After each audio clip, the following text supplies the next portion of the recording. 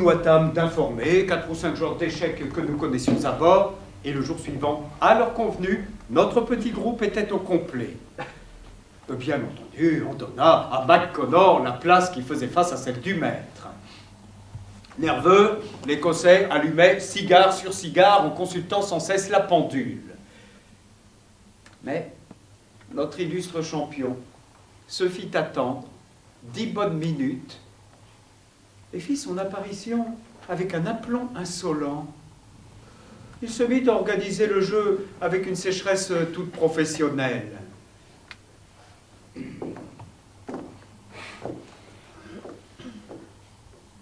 Vous allez jouer tous ensemble contre moi.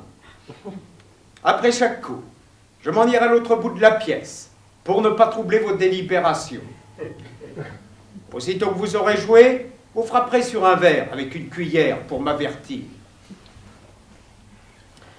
On fixera à 10 minutes le temps d'intervalle entre 2 coups.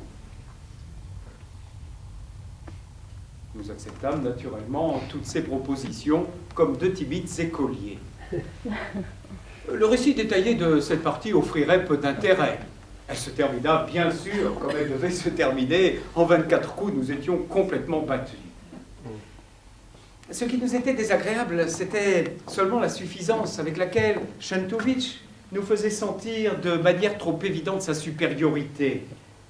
Après chaque coup, il nous considérait négligemment comme si nous n'étions nous-mêmes que d'inertes pièces de bois. Et cette attitude désinvolte faisait songer au geste avec lequel on lance un os à un chien galeux en se détournant.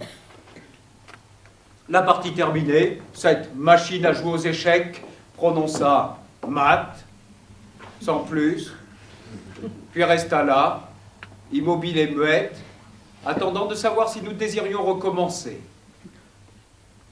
Je m'étais déjà levé, signifiant par là que pour ma part, j'estimais terminer ce divertissement.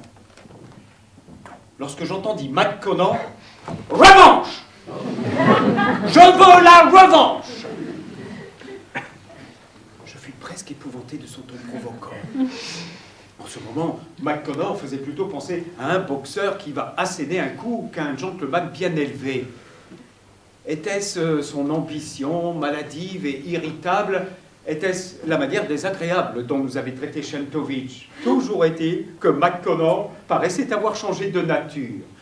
Rouge jusqu'à la racine des cheveux, les narines dilatées, il transpirait, il se mordait les lèvres. J'étais persuadé que cet excès d'amour-propre allait lui coûter toute sa fortune, qu'il allait jouer et rejouer sans cesse pour avoir le plaisir de crier « mat » à son adversaire.